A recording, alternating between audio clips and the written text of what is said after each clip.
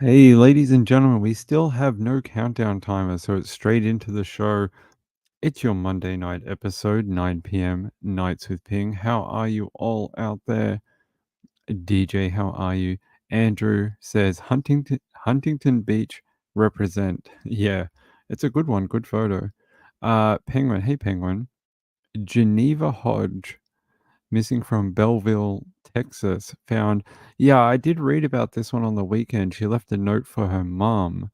And then her mum got a call saying, "Hey, we know where she is," or something, and they drove and picked her up. It's a little odd, and, yeah, she said something in the note like, "Hey, you won't see me for a long time," and it was a little odd. I did follow it over the weekend. I don't know why we didn't end up doing it. I think because she was found. I think because she was ended up being found not too much longer after she disappeared. We just didn't put it on the show because she's a minor and I didn't want to put her face everywhere. How are you, Mama Mia, Marilyn Landis? Good to have you here. Maria, Angela, Bees Are Life. It's good to have you all. Okay, we've had a lot of stuff go on in the last 24 hours, including this one. This is interesting because it doesn't happen that often down here. So let me get it set up. These two young girls, one is called Monique, the other is called Emily. Both share the same last name of Roland. So I don't know if they're sisters. It doesn't say, I don't think. It just says two girls, two young ladies. And it just says an urgent search is underway for two young girls who vanished from a home in the New South Wales Hunter Valley region. Monique Rowland and Emily Rowland, 12 and 13 respectively, were last seen at the property on Skelter Stock Route in Muswellbrook on Sunday. I'm probably pronouncing that wrong. I actually looked it up before we went on the show and I watched like four different videos and no one pronounced the town name. And I was like, why would you make a video and then not pronounce the town that you're talking about? So I just had to guess. Police were notified when the pair were unable to be located and have since launched an investigation. Officers and the girl's family hold concerns about their welfare due to their young age. Here's a photo of the two youngins. They're only just teenagers. Well, one of them is. The other one's 12. They are pretty young. Is that another photo? Nope. So there's their photo. Let me show you where they come from. It's a country town, I'm pretty sure.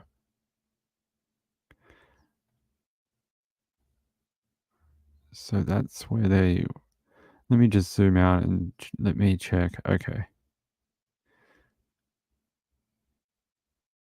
So they were they're missing from this road. Somewhere on this road. I don't have a number, but there are a bunch of houses down here, as you can see. So it's like a rural town. There's a bunch of housing and bunch of bushland.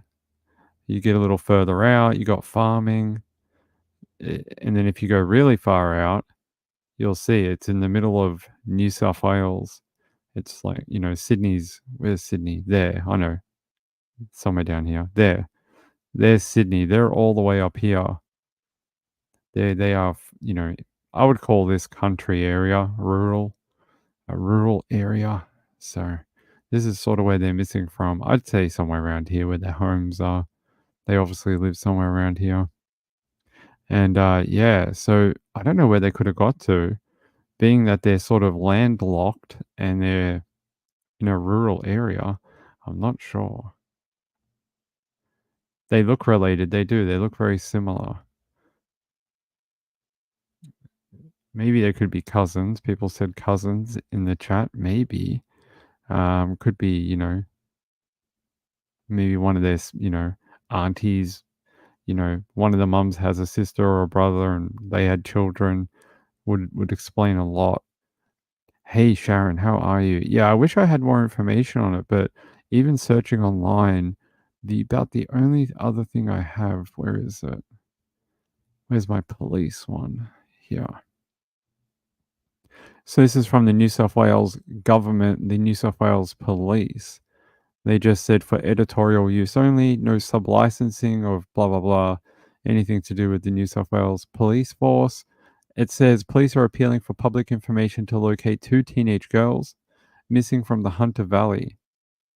Well, one of them is a teenager. The other one is still a preteen. She's only 12. So Monique is 12. Emily is 13. Were last seen on that road I just showed you. They went missing on Sunday, the 2nd of June. It's 2 days. It's quite a while for two young girls to be out there. They said when they were unable to be located or contacted, officers attached to the Hunter Valley Police District were notified and commenced inquiries into their whereabouts. Police and family hold concerns for Monique and Emily's welfare due to their age. Monique is described as being of Caucasian appearance, about 100 centimeters tall, thin build with brown hair and brown eyes. Emily is described as being of Caucasian appearance, about 140 centimeters tall, thin build with brown hair and brown eyes. They look very similar. Anyone with information about their whereabouts is urged to call Crime Stoppers on 1-800 333 000.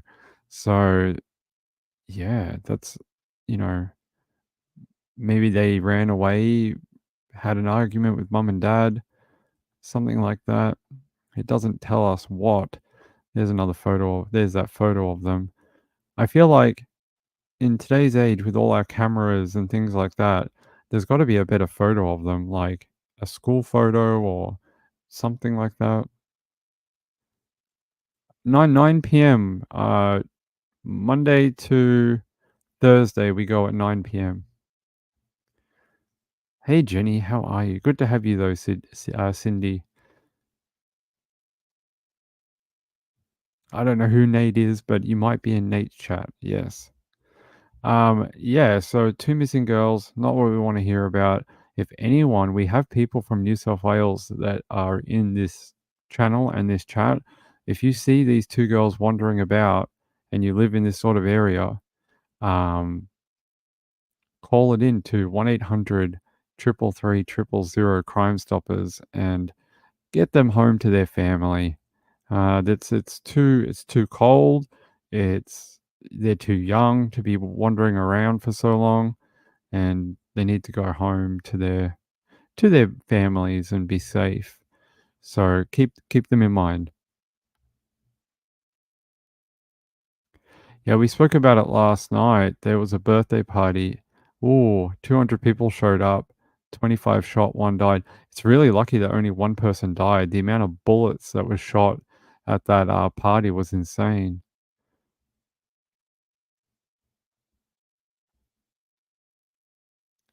Yeah, but it was some sort of celebration. They were talking about it in the press conference. All right, I have an interesting story for you. Just something a little different. Where is it? Come here, link here. This one. I want to show you this. This is one of the most interesting stories I've come across today. It's not true crime as such, but I thought you would all get a kick out of it. Let me turn this up. I'm Dave McKinley. Our top story tonight: a funeral service was held today for a World Hold on, guys. I have to fix my own speakers. Hold on. War II soldier from Western New York who was killed in action nearly 80 years ago, but whose remains were only recently identified. It's closure for the family. It's an amazing thing. It's a story that's lived on in our family for over 80 years. Mourners gathered in West Seneca to remember Private First Class Bartholomew Loschiavo, who died fighting in Luxembourg on October 1st, 1944. Initially buried by locals at a church cemetery near where he was killed, his remains were later transferred to an American cemetery, but they remained in an unmarked grave for 75 years because his identity was unknown. Then a month ago, through DNA testing of descendants, the remains were positively identified. It's just great because we all reflect back to the previous generations and the loss they had, and we feel it here today, and it's wonderful to have them home. Among the family, another great nephew, Don Loschiavo, did a lot of the research and legwork with the Department of Defense and American Battle Monuments Commission to make this day possible. But his thoughts are with others who've not seen a day like this yet. There's other missing in action in this area, and they can be found. And in this day and age, there shouldn't be any grave with no name on it. Now, there is one with a name on it at Holy Sepulchre Cemetery on Harlem Road in Cheektowaga, where Private Loschiavo was buried with full military honors, with extended family present, some from as far away as Texas. And seeing all this family is a tremendous turnout. People that I've talked to on the phone, but I've never met face to face. Just overwhelming feeling of, this is over and Bart's home where he belongs.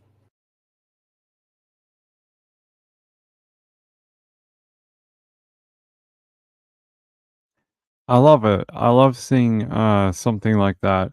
A man who obviously sacrificed his life, the ultimate sacrifice in protecting country, and was basically lost due to these type of things happened back then.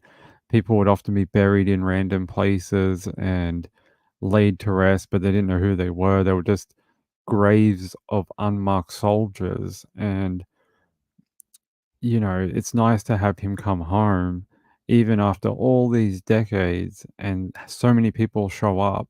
So many people showed up and paid their respects. Like they said, family came from as far away as Texas to be at the ceremony, buried with full military honors. I think that is a real nice gesture from the military association. That was probably one of like the veterans association that helped organize it, and whoever paid for the DNA testing.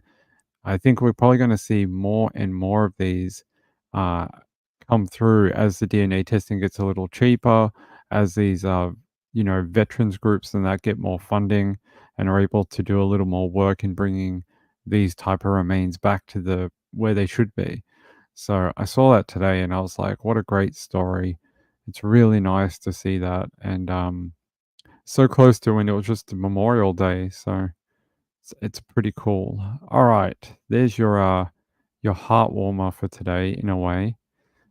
But the big news out of today is probably the Rex Human information that's sort of been leaking out to the press. There's been a few different press organizations who have started leaking a little bit of information that a sealed indictment should become public on Thursday. And they're saying it should link him to another murder.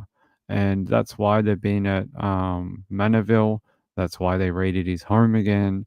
And it'll be interesting. So I've got an update video for you here.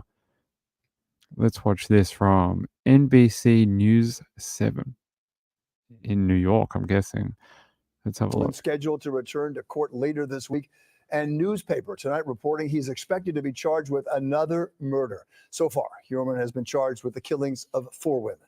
Well, this news comes as investigators searched Huerman's home again late last month. Eyewitness News reporter Darla Miles is live in Massapequa Park with our lead story. Darla. Liz, Bill, these potential new charges come just 1 week after investigators concluded a search of the Rex Huerman home here in Massapequa Park. And what we learned on Thursday may solve murders that took place 23 years ago, a decade before any remains were found on Gilgo Beach.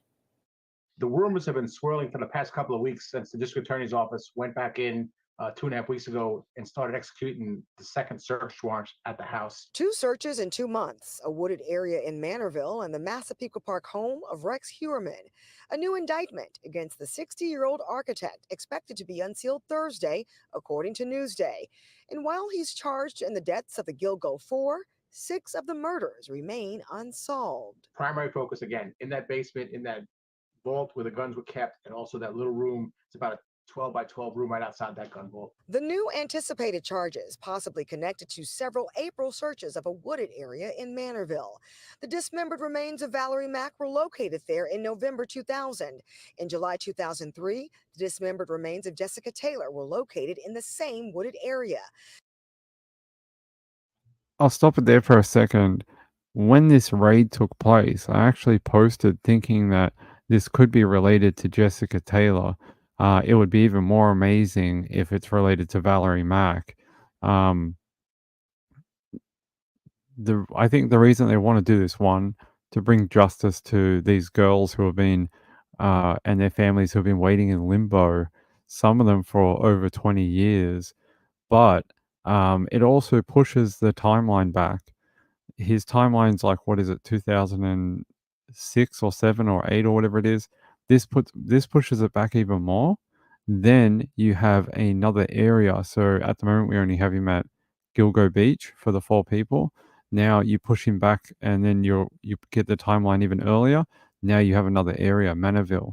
Then you can keep going and see how far you can get. So it'll be very interesting to see if they can expand past, well, one, if they can connect both the people from Manorville and then go further. Because I think there's some people who think there might be something in Atlantic City that could be attached to Rex Human. That would be a big break if they ever connect into any of the murders out there. There's a whole bunch of sex workers who were killed out in Atlantic City around this period too. I just don't think they've ever been able to fully connect him in any meaningful way. So that would be interesting. Linking his DNA, yeah. So one thing that doesn't change about you, DNA and possibly fingerprints. All right, let me finish the video for you. 1 minute to go. Then, in March 2011, more of Taylor's partial remains were found on Gilgo Beach. In April 2011, more of Mac's dismembered remains were discovered on Gilgo Beach, but she wouldn't be identified until May 2020. We'll look at these cases, and I'm looking at those 2 ladies right now. Is this part of that? It seems to be. After the initial search of Heuermann's home last summer, his wife releasing these photos saying investigators destroyed their home. I think this time they went back in more with a forensic approach to see if they could obtain any kind of DNA or any kind of forensic evidence linking Rex to any of the bodies that have been reported in the media as missing over the last 10 to 15 years. As for the Suffolk County District Attorney on any potential new developments, there were a number of necessary investigative steps that were taken. You pointed out just some of them. And, Thursday, you will see the fruits of that investigation. So at this point, Suffolk County DA Ray Tierney only saying that there is a proceeding scheduled for Thursday morning. That will be in Riverhead. Rex Heuermann is expected.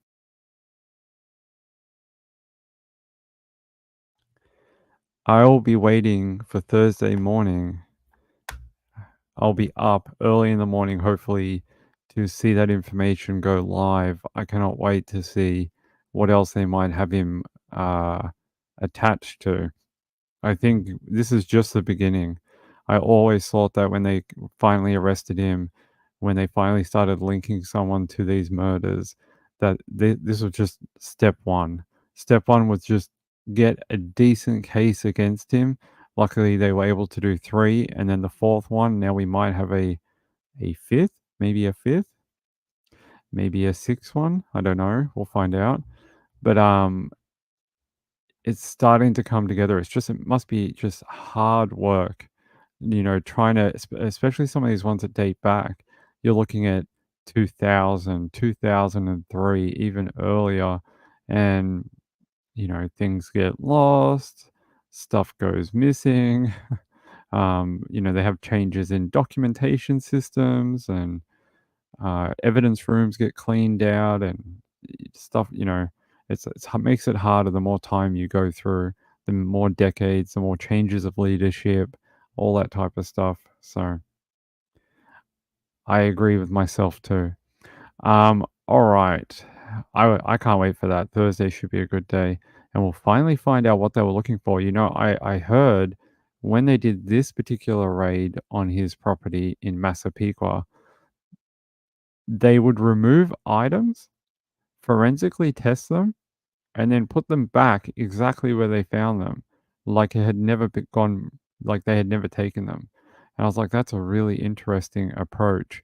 So I don't know what they were looking for, whether they were just swabbing everything and then just putting it back and saying, hey, we can just test it later, or they were looking for trophies or something. I don't know. I think we'll find out a bit more when we get those documentation once that thing is unsealed on Thursday. I think that'll be very, very interesting. So we'll probably have a big show that day. That'll be a big show. All right. There's your little bit of Rex information. Where is my next one?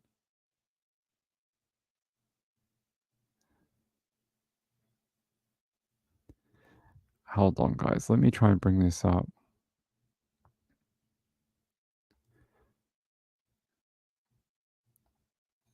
Is it this one? Yep.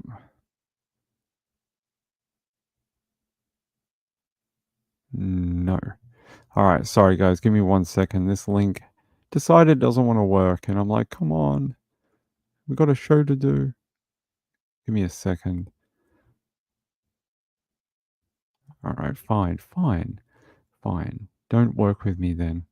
I might have to use an older link, but apparently... Okay, we'll use this one. Indianapolis area crime. So it says more remains on former farm of Herb. Is it Baumeister? Identified. I'm probably saying that in a very Spanish accent. It says another set of human remains recovered at the former home of Herb have been identified by the Hamilton County Coroner's Office. According to a news release from the office, the Hamilton County Coroner's Office identified human remains originally recovered in 1996 from Fox Hollow Farm. Who's in the chat that has Fox Hollow Farm in their display picture? Someone does. I can't remember who it is. The identified human remains originally covered in 1996 from the farm in Westfield as Jeffrey Jones. This comes as other remains found on the site were identified last year as Alan Livingston, a man who was reported missing to the Indianapolis Police Department in 1993. Jones is the third person to have been identified through remains found on the farm. I can't imagine that being the family of these people and knowing one, your loved one has been killed by someone so gruesome and in such a horrible way and then buried on a farm like they're a farm animal, and then finding it not finding out for like, what is it, 30 years. I mean, it really is horrible. Let me see if I can find that video for this particular set of remains. But it says here, the Fox Hollow Farm was the former home of Herb, an Indiana serial killer who police believe lured gay men to his home in the mid 80s and mid 90s before killing them and disposing of their bodies on the property. It's very much like that Canadian guy, although he abducted women and then disposed of them through the farm and pigs on the farm. He died a few days ago. We talked about him. It says officials said in the release that Jones' remains were identified through an extensive forensic genetic genealogy investigation that was conducted by the coroner's office and the FBI. Jones, a Fillmore resident, was reported missing in August 1993. Officials said more than 10,000 remains have been recovered at Fox Hollow Farm, including bones, fragments, and body parts. Officials said that investigators have 4 additional DNA profiles that have not yet been identified, bringing the total number of victims to 12. They said because many of the victims' remains were found burnt and crushed, this investigation is extremely challenging. However, the team of law enforcement and forensic specialists working the case remain committed. A special thanks goes out to the very talented and hardworking people at the FBI, the Indiana State Police Laboratory, and Dr. Krista Latham of Biology and Anthropology Department at the University of Indianapolis, and the DNA experts from Texas-based Othram Laboratory. That's one of the things that Othram actually excels at. They've worked on a few different cases where remains have either been severely burnt, degraded in some way, or not able to be used with typical DNA recovery techniques. and they've demonstrated a few times that they've been able to use their technology to amplify the DNA and then start working backwards and trying to find family members. The work they do is just, it's magic. It's literally magic. If this was the 1800s, they would literally be calling Othram a coven of witches. I'm sure of it. They'd be at the fire at the stake for sure. They'd be like, "What is this witchcraft you're doing?" They said the release said that 4 unidentified DNA profiles will be sent to the FBI for genetic genealogy investigation. According to previous reports, the investigation began in 1996 when Herb's 15-year-old son stumbled upon bones while on the family's 18-acre estate. The murderer died in 1996. Let me see if I can find anything else about this particular fella. Mr. Jeffrey Jones. Fox Hollow Farm, Jeffrey Jones. Okay. Let's see if there's a photo of him at all.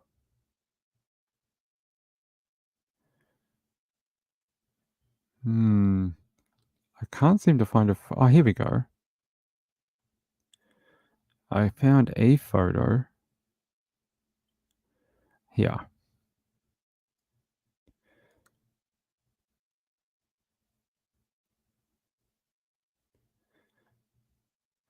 This is the only photo I could find.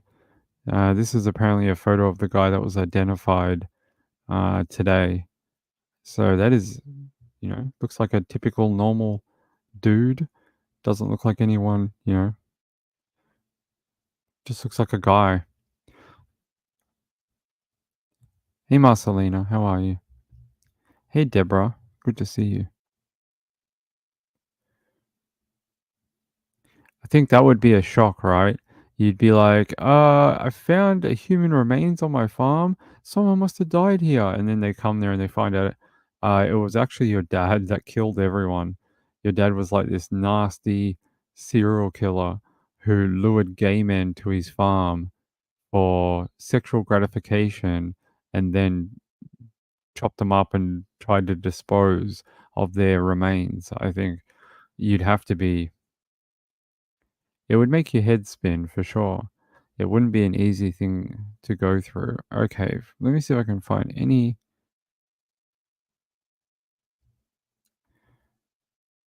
Okay, here.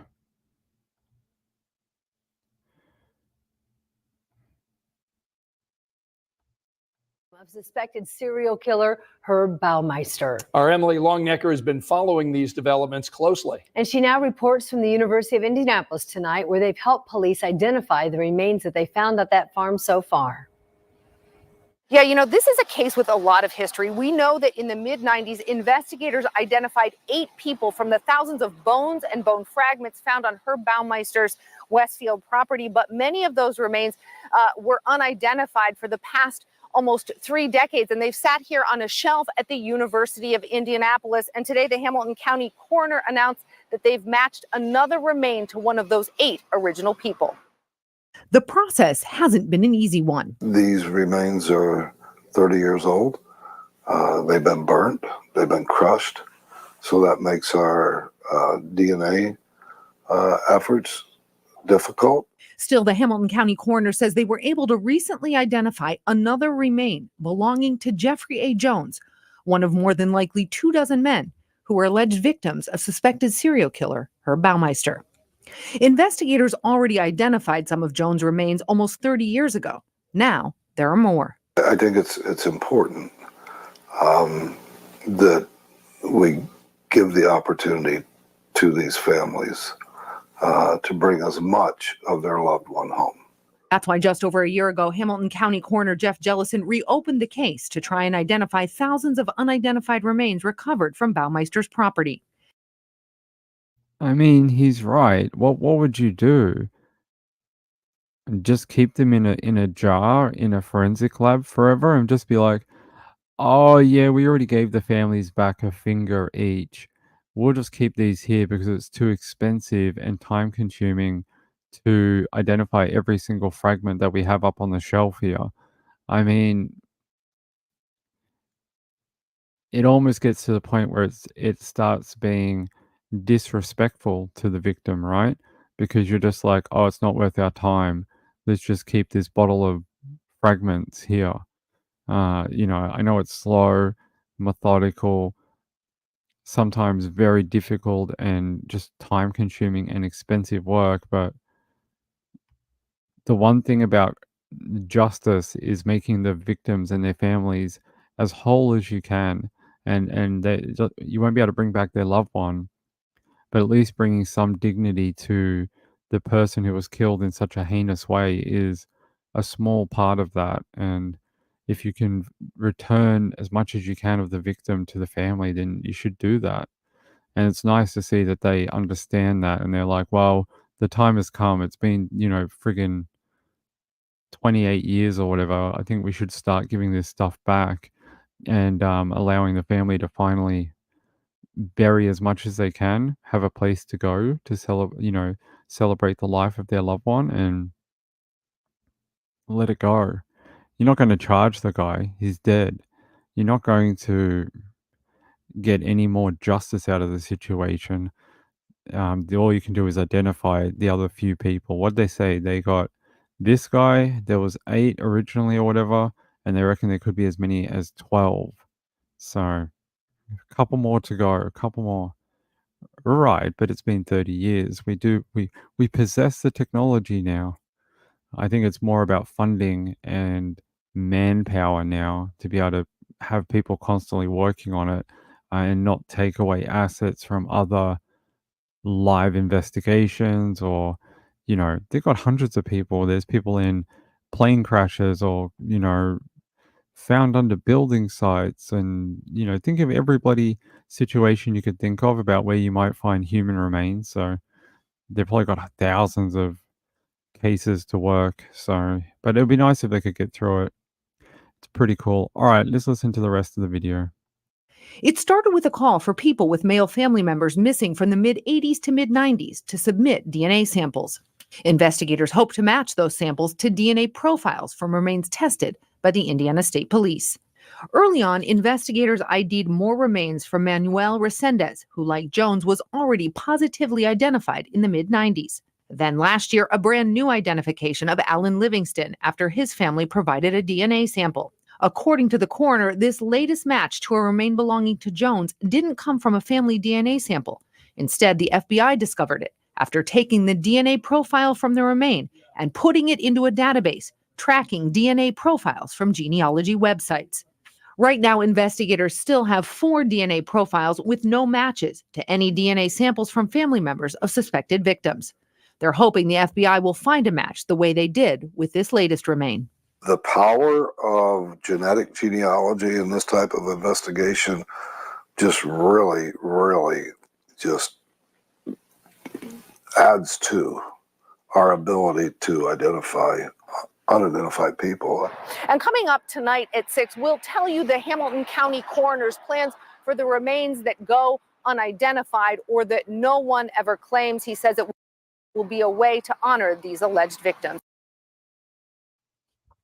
There you go. At the end, they said they are going to find out a way if they can never identify some of the remains because they're so badly damaged and degraded that they'll have a way that they can honor those people respectfully. Hey, Penguin, how are you? Yeah, they were all men. I think they were all gay men. Maybe some of them were like undocumented people. Maybe that's why they can't find them. But he's right. Genetic genealogy is just a super tool. It's just so powerful. Even if you can't track down who they were, you can at least find a family tree and possibly a last name. It's amazing. It really is. Othram. Othram is the superstars of true crime and identifying people. They really are. All right. Let me see if I can grab you a next story about this guy.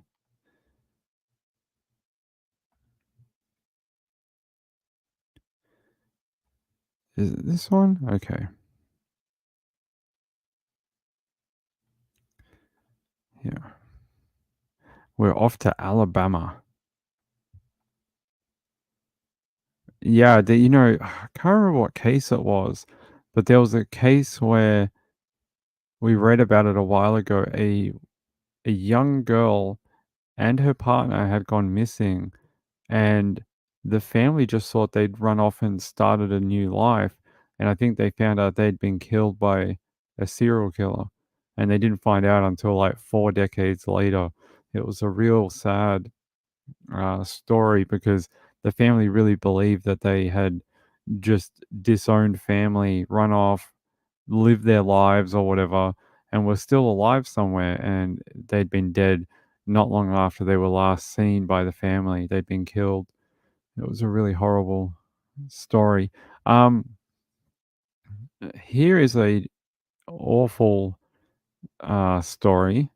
A South Alabama man accused of sex acts with a young girl is in custody after a massive search that spans several counties.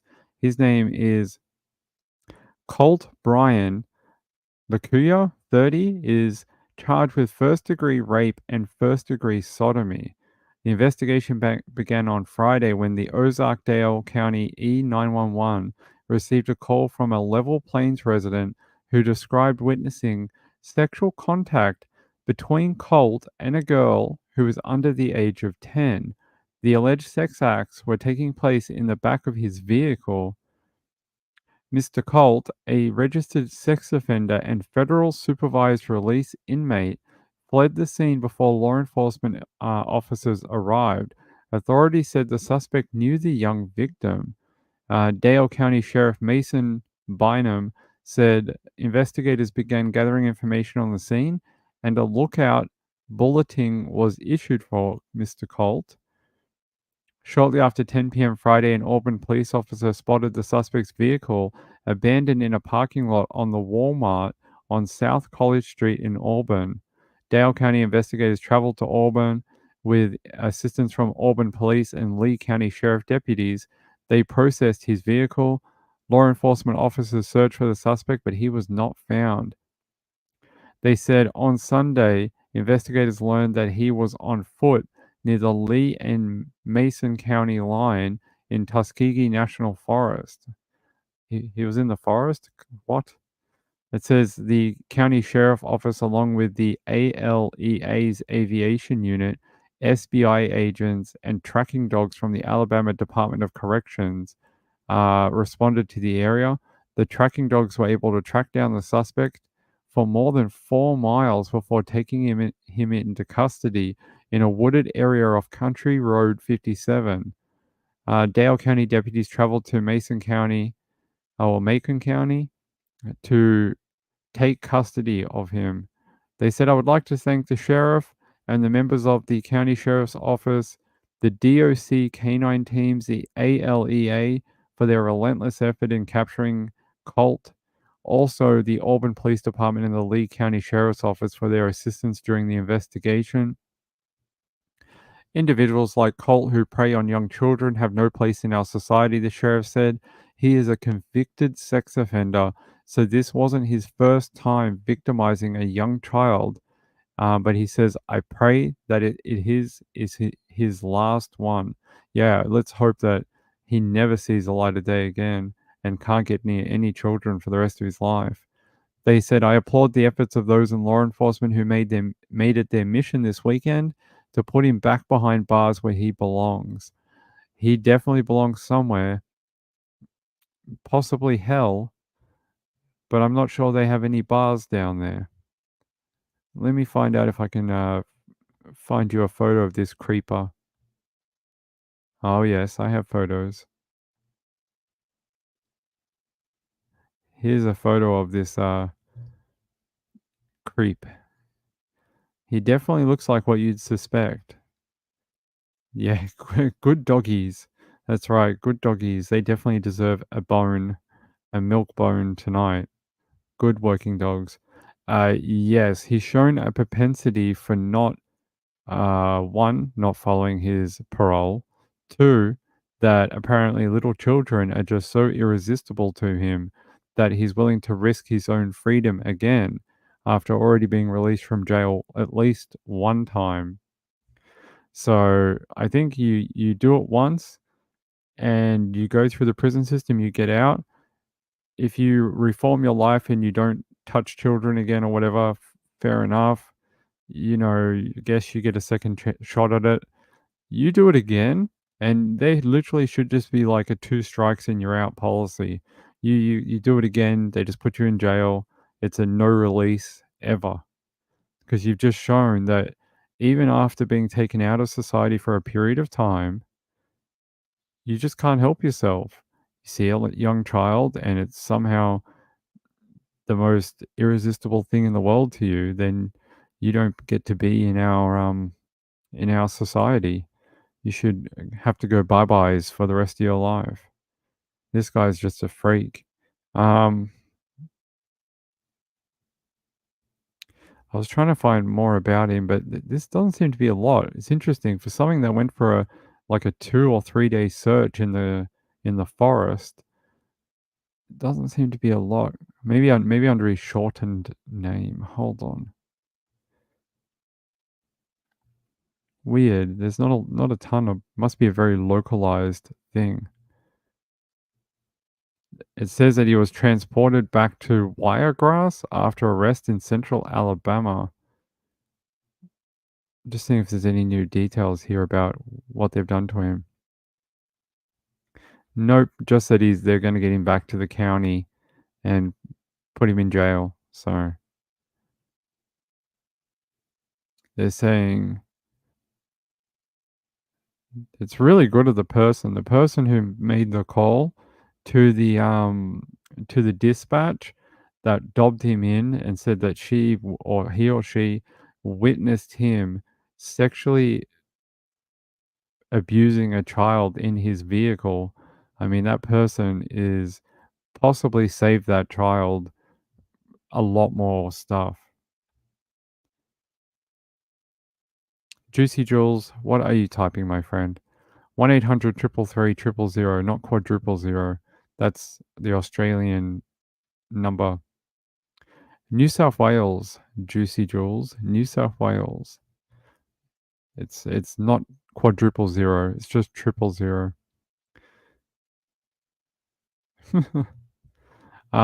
Yeah, what a freak this guy is. I'm very happy for that witness. Very, very thankful. Yeah, let's read this. Hold on, let me find out what this one. Robert Cooley murdering his wife Amber Morgan. Amber Morgan. That one sounds really familiar. Hold on. Let me see if I can grab you a video. I can, but it'll be a short one.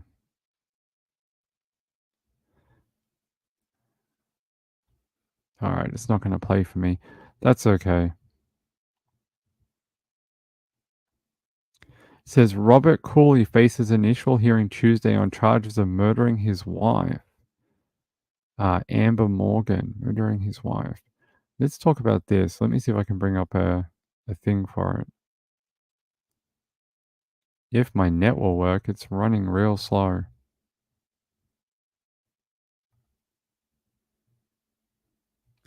Yeah.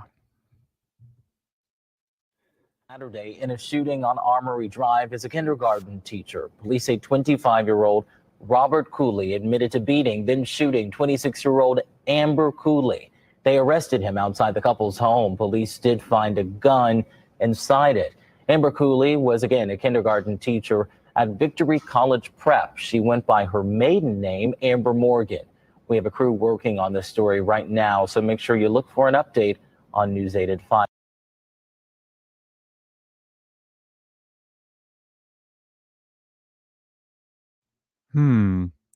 That's interesting. I thought that sounds so familiar.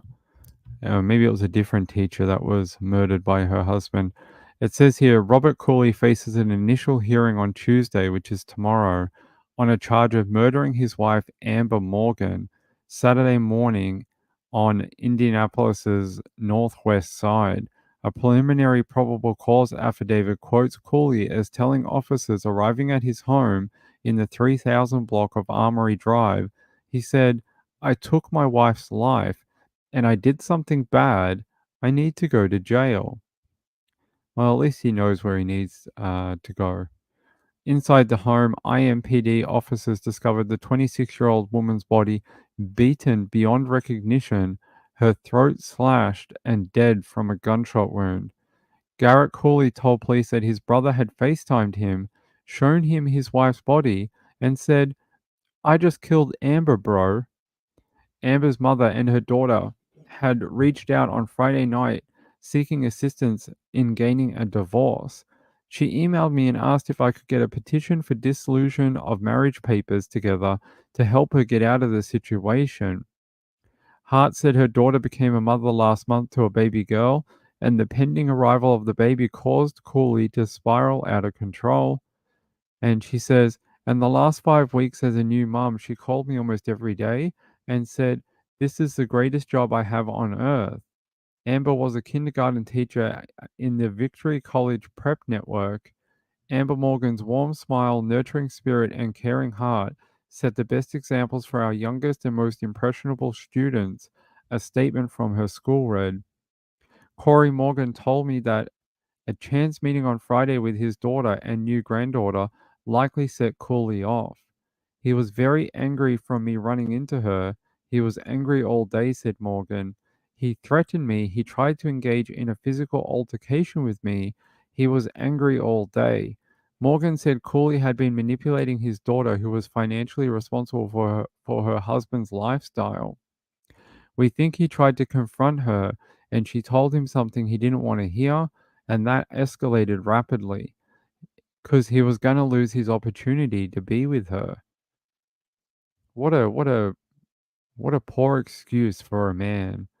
Let me find if I can find, where is this loser? Robert Cooley. Let's find a photo of this guy. I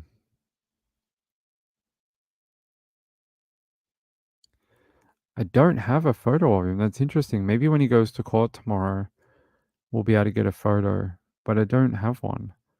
They nor have the police department released one that I can find. Hold on. Maybe it'll be on this place. Robert Cooley. Can check the charging record.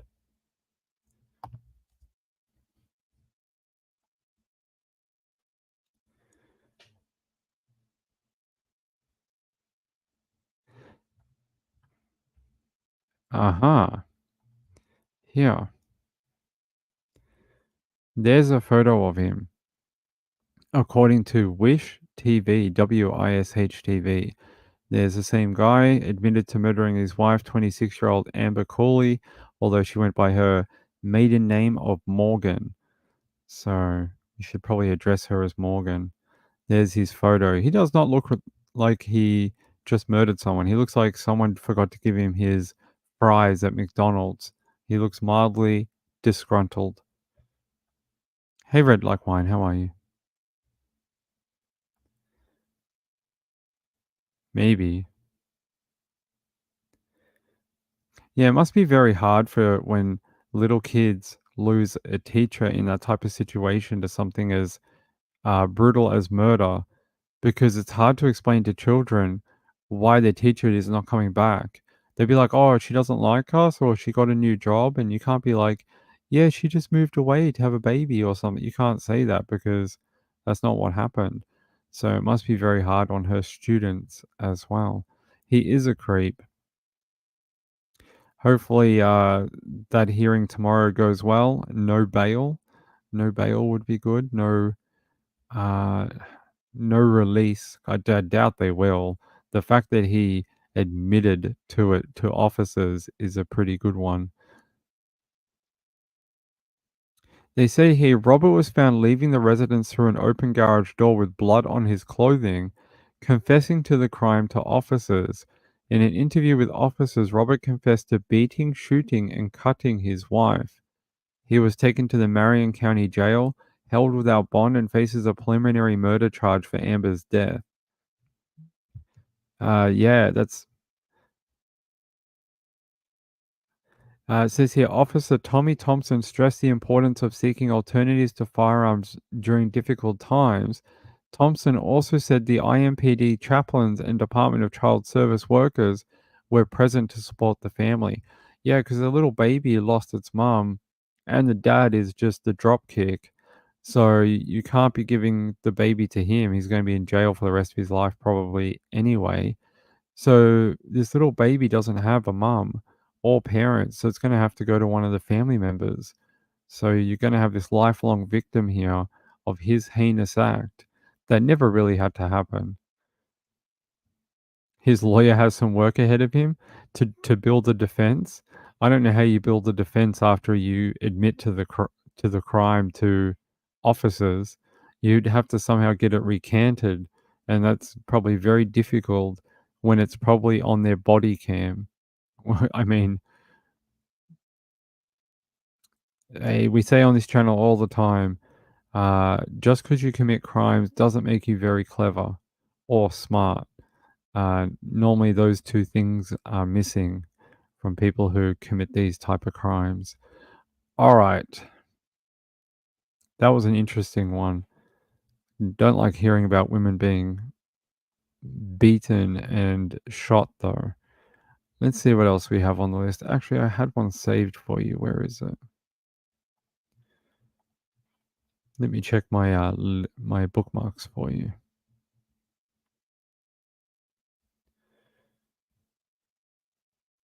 No, we already spoke about that one.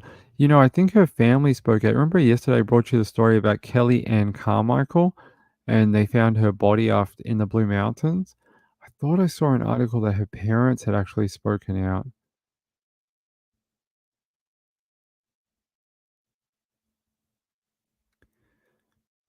Just having a quick look. I thought there was an article where her brother or something?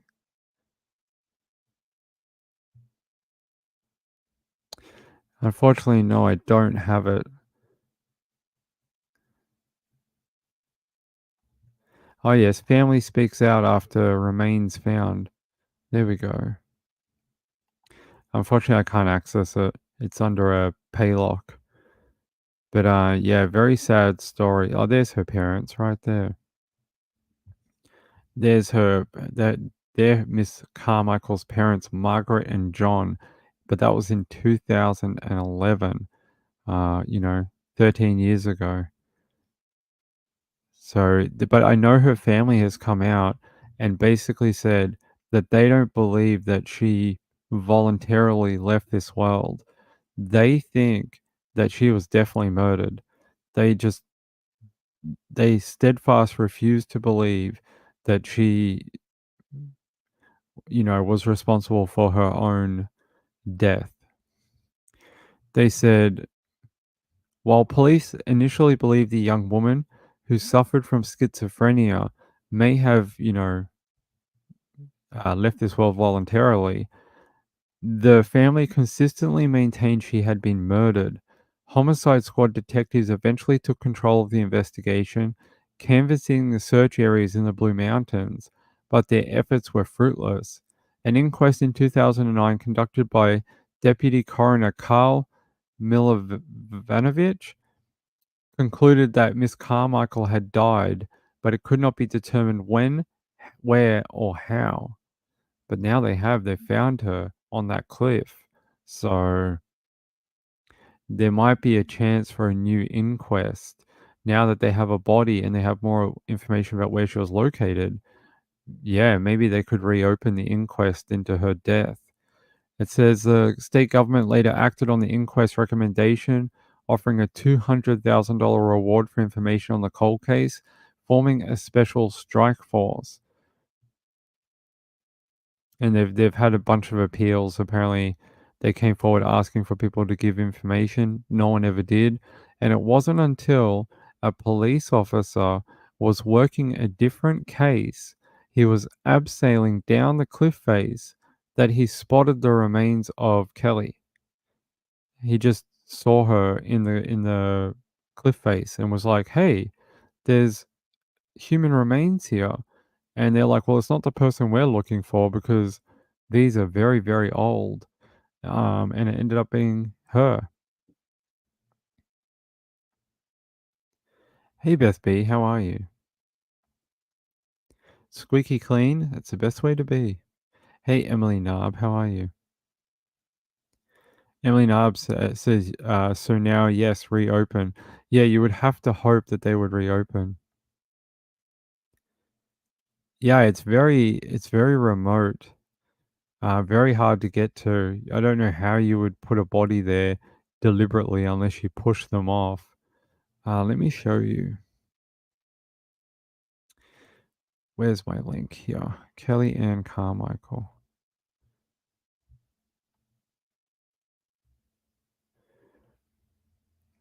Let me see if I can find the Blue Mountains cliff. Actually, here's a pretty good photo of what it looks like up there. Hopefully I can show you here.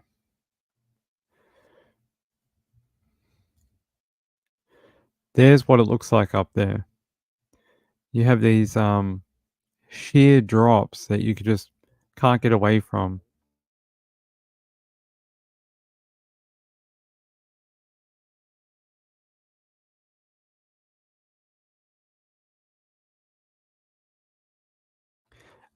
She could have gotten lost and accidentally fell. People have even there was a tourist who was bitten by a snake in this area and died, and they found the person's body like ages later, but they died from snake bite. They'd actually called emergency services, saying they got bit by a snake, they couldn't move, and I think by the time they figured out where they were, they'd unfortunately already died. So people have fallen here. Tourists have gone missing. This girl is probably one of the biggest cold cases in the area. There's been a whole bunch of people who have gone missing in this area. Angela says she could have went for a walk, been attacked by someone who then just pushed her after assaulting her. Could be. I mean, look at these cliff faces. If you fell off here and no one saw it happen, you may never ever be found. I mean, it's not like people are walking under here all the time.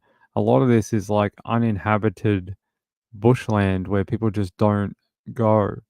Like there are some walking tracks and there are some touristy bits and pieces where people go to lookouts and walking tracks and stuff, but you're in like one of these other areas, you could be there for 20 years and no one would ever find you. Ah, housework. Okay. So let me see. There's a photo of her. Very pretty young lady.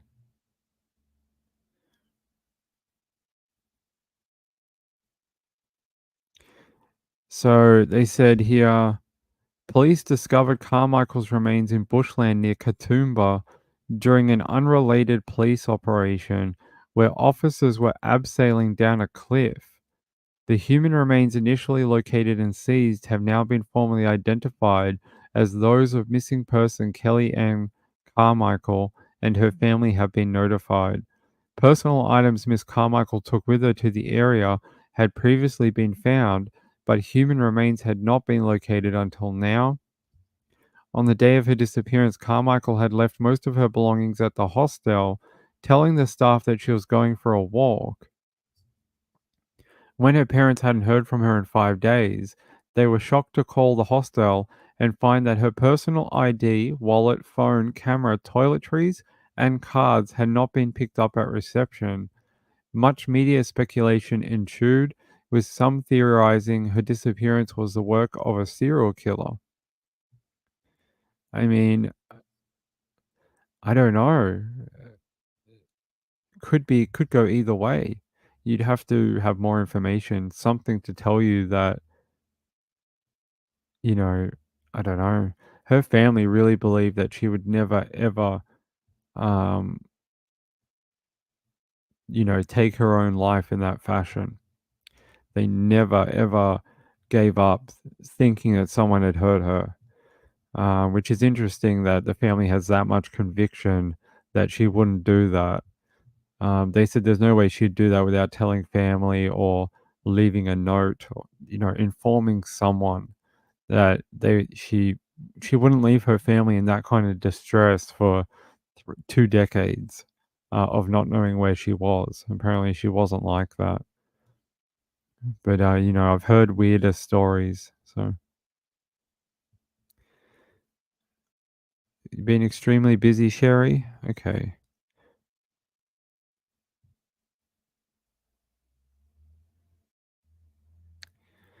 Interesting. Following the discovery of Kelly Ann's body, the site was searched and further remains were found there in May. Further remains of who? Of her or someone else? That's a bit suspicious. Yeah, we don't want to read about that. That's okay. Hold on. I want to know who this was. Who is this? Sherry Smith. Did we talk about her last time?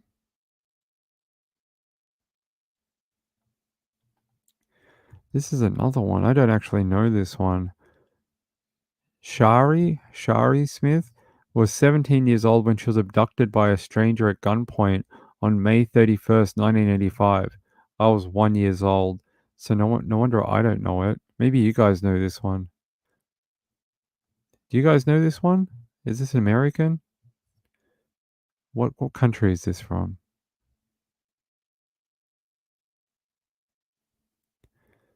Shari Smith. It says an FBI criminal profiler, John Douglas. Well, we know him.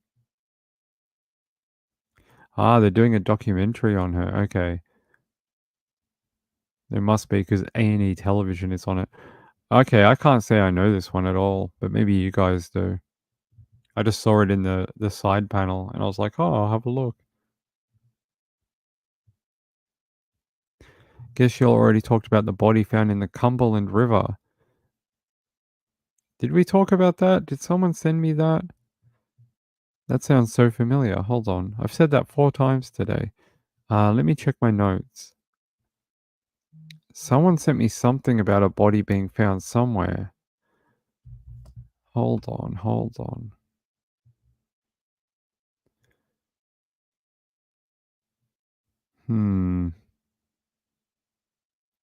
Okay, maybe I didn't. I know some people were sending me stories, but we can have a look.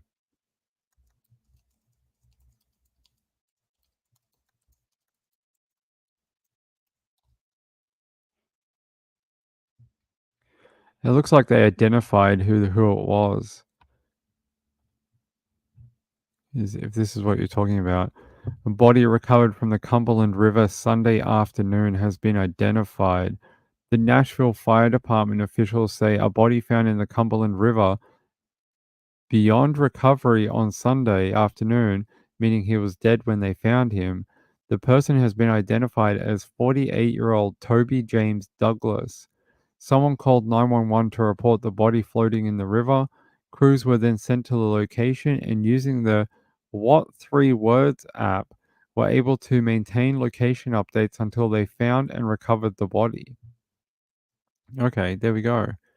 So 48-year-old Toby James Douglas. Let's have a look.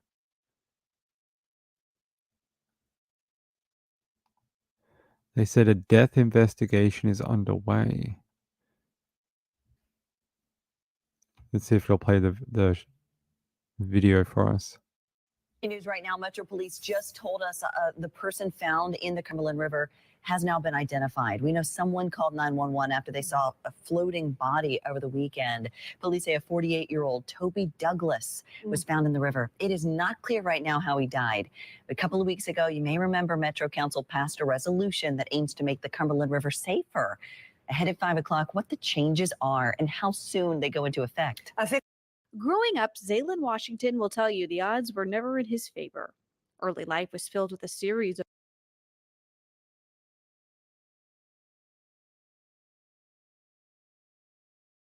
Yeah, that's it. That's all the update was. I don't have that app. I think being that it is American I guess they have it. I've never heard of it. What is it? That 3 words, or what it's called? What'd they call it? Hold on. We can find it. What 3 words app? I've never heard of it. What does it do? Maintains location or something?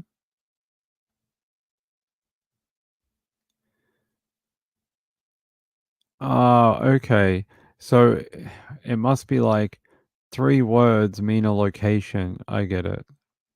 Yeah, it's an easier way to describe coordinates rather than you having to remember a bunch of friggin', numbers and letters and decimal points. It's a way of doing it where it's easy to remember. Ah, it sounds like a good app, especially for people who can't read longitude and latitude and don't know how to use it. It's much easier. So you just say like, you know, Friday, red banana, and then they would like go to that spot, type it into the app, and it'll give you a location. All right. How long have we got? About 10 minutes. Okay. Let's see how we go.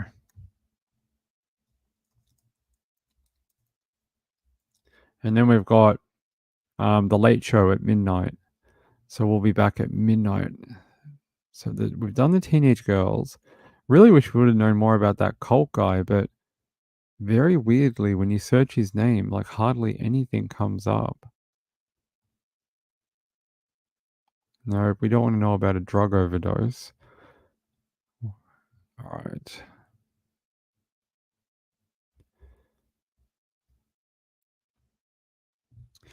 Okay, let's go. One more story. One more, Ping. One more. What are we going to do? Ah, a bolo went out in the Brazos Valley. What is this? Ah, okay. Well, thanks to whoever sent me this, but they've already been located. So someone's emailed me this, but it looks like they've already been found. It says that this person was ended up being located. Shay Valades or Valadares has been. Authorities believe that Shay is in danger, but it says up here that the College Station Police Department reports that Shay was safely located. Thanks to everyone for spreading the word and help bring her home. Hey, I'd rather read about 20 of these every night than to read something about another child being found dead somewhere. So that's fine. Happy to have someone be going home.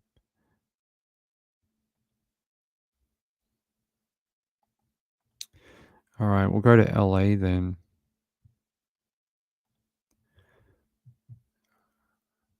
All right, CSU San Bernardino student from India reported missing in Los Angeles. Let's see. Nithisha Kandula, 23, was last seen in Los Angeles, according to the CSU SB Police Department. Worried loved ones reported her missing to the Los Angeles Police Department Southwest Division last Thursday. She is described as 5 feet 6 inches tall, about 160 pounds in weight, with black hair and black eyes. She was possibly driving a 2021 Toyota Corolla. What is Toy? What is a Toyotora? I don't know what a Toyotora is, but I think it's just Toyota. I think they misspelt that. A Toyota Corolla with California license plate 9KXU509. Police said in a written statement the color of the vehicle was unknown. She is a resident of Hyderabad in India who traveled to California to study, according to reports in the Indian media. Oh, okay. Let's have a look for her name and see if we can pick up any Indian newspapers. Oh, damn it. It's another one found. Well, hey, I'm happy. Okay, I'm going to have to update all my stories. I get all these reserved stories for you all that if we have a bit of time I can go to, and then they found safe a lot of the time. So missing CSU San Bernardino student found safe. Hey, I'd rather have that's 2 in a row. I'd rather have 2 found safe than to have 2 dead people. That's much better news. So I'm glad she was found. I wonder where she went. Does it say? Police say a 23-year-old Cal State University San Bernardino student who'd been missing for several days has been found. She was last seen. They're not saying where she was found. They're just saying that she was located safe and no further information was available. Well, I'm happy she's okay. Maybe she was just having a little break from everyone. Let me see if I can find anything else about her on Twitter.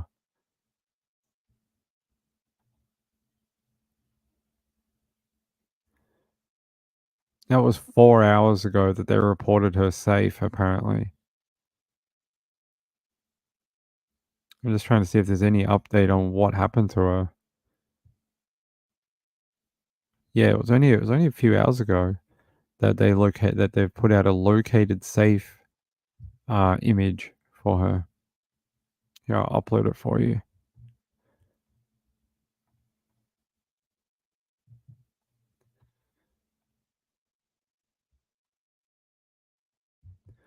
They put out this image only a couple of hours ago, so there you go. California State University, San Bernardino Police Department. And they said located. So, well, that's good. I like that they're okay. Yeah, I'll take good news any day over people dying. You got allergies? That's no good, burnt popcorn. Yeah, we can have a look at it. I just don't know whether we should be reporting on her anymore because she's home. You know, she is a minor, so.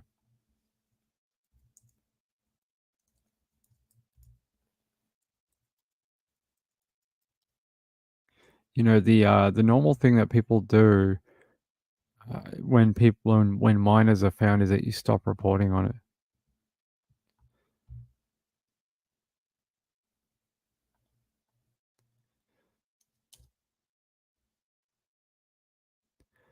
Why is that not coming up?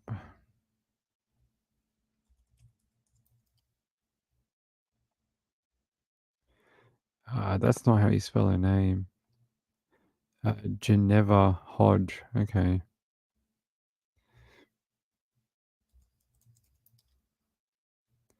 Yep, here. Here's the article that I saw. Missing teen Geneva Hodge is found 63 miles away from her Texas home, reunited with her family after a frantic 4-day search. There's a photo of her. That's the photo that I think everyone has seen. But where's that note she left here? This is the note that she left her mom, and her mom's like, "Oh, this is like not something she would write. She would never write something like this. It seems rushed. The spelling is incorrect. She's a grade A student who, you know, would never spell incorrectly." Came across as a little odd, but you know, why would you be worried about how she spelt something? Or you know, she said it was definitely from her daughter. It says here, "Dear Mom, I love you a lot, and I know me leaving is going to kill you. I'm all right. It was nobody's decision but my own. I'm going to do online schooling and finish everything. I'm with some people that I trust very much. I'm going to be okay. I'm always going to be your little girl. I've grown up and become this amazing young lady. Just remember, Mom, I love you so much. This is goodbye for a long time. I'm sorry. Bye, Mom. I love you. Love, Geneva." Yeah. See what it says up here about any grooming. It says finally on Sunday morning, after 4 days of her being missing, she received a call from a stranger who had found her and got her mother's number from a flyer. She drove 63 miles to Spring, Texas, and picked up her daughter, whom she said was in good health. She said she's doing good. She slept for a while today. We just did a prayer at our home, and about 50 people showed up with roses. I'm so relieved. I haven't smiled since Wednesday. Everyone said I'm glowing today. We are so thankful for everyone who shared our story and prayers. They said they're still piecing together what happened to her daughter during the 4 days she was missing.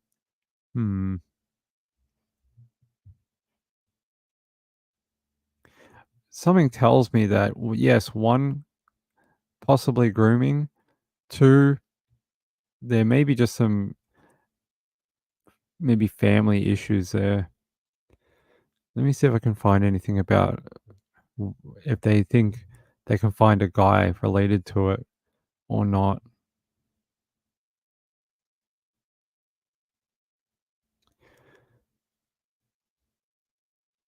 This is the original news thing. Mother is desperate for any information that could bring her teenage daughter home. Geneva Hodge was last seen Wednesday, and she disappeared under mysterious circumstances. Matt Doherty talking to Geneva's mother tonight, who is fearing the worst. Matt? Even though she's only been missing for a few days, the Austin County Sheriff's Office is investigating. Her mother is worried, though, tonight that something terrible has happened to her daughter.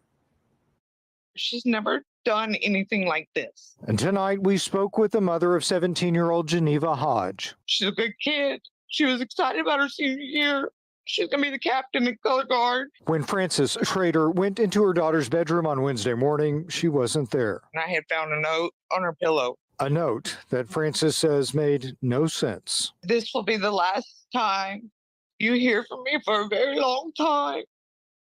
And it says, I love you, Mom. I'll always be your little girl. Frances says there hadn't been any disagreements between them, and her daughter didn't have any romantic relationships. Like, everybody's read this letter, and everybody's like, that's not Geneva. That's just not her. Frances says her daughter left her cell phone in her bedroom, didn't take any clothes, and hasn't used her debit card since she went missing. I'm just asking everybody, please pray and watch out for her because I'm scared. I have a bad feeling and I don't like that feeling. Did you ask her if it appeared to be her writing? Tonight, we took our interview with Frances Schrader to private investigator Coleman Ryan. Like she says, and the closest people around her have said, that's not her. Something's wrong here. I agree. Who would know better? We put the investigator in touch with the mom tonight, and he says he'll start working on the case right away. Coleman Ryan says he's confident they will soon be able to learn more about why Geneva may have left, who she might be with, and possibly where she is tonight. I'm ready to roll now. All right, Mr. Private Investigator guy who's ready to roll now.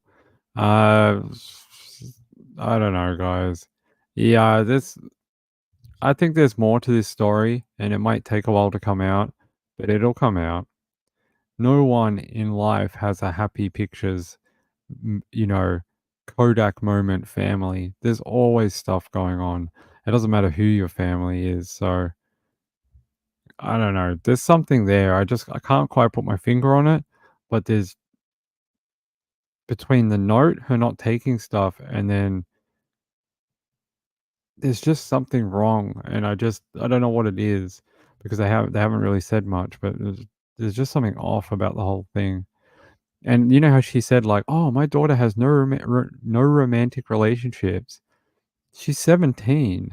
I mean, sure, that's not abnormal. There's girls that don't date until they're much older or whatever, but really? Are you sure?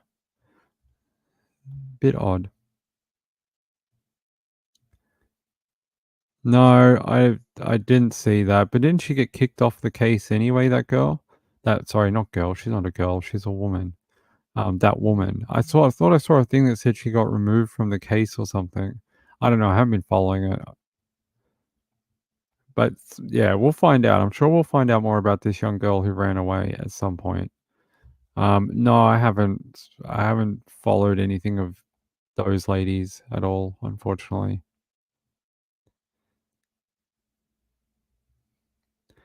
Thank you, Laura. I appreciate it.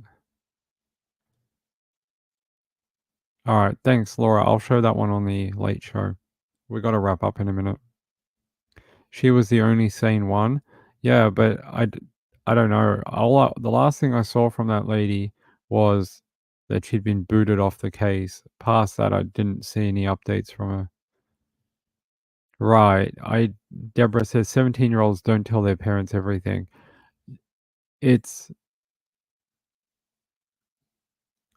if you go to the media and you say, "Oh, our family is like, something out of the Brady Bunch," like it doesn't help.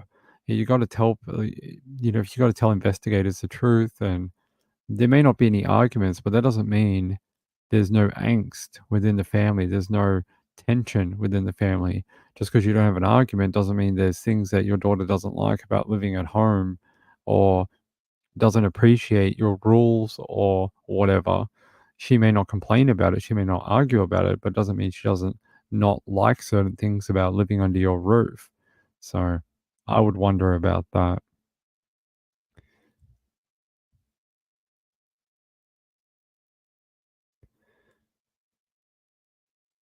Well, that's the thing about honey-do lists.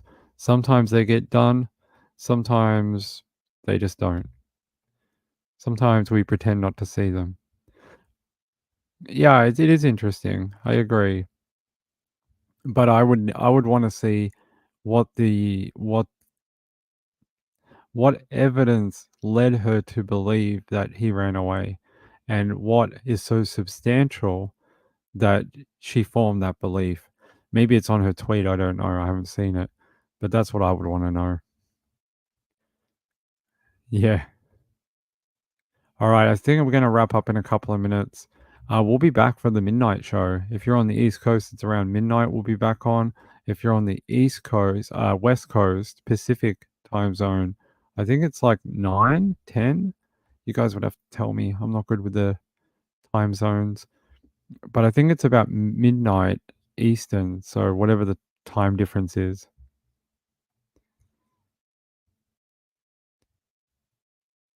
Chloe worked under SF Investigators. Yeah, I know. I saw the show. I'm just saying, that's my question would be, what is the details that led to that finding? Or like what evidence led to that finding? That's what I would want to know. Like, why is it so compelling? What is that compelling information? Maybe that's not for us at this time. Maybe that's only for investigators, because it's still an active investigation, but eventually that's what I'd like to know. But I haven't seen it. I don't keep on top of it because I feel like it's just full of bad actors. I feel like it's full of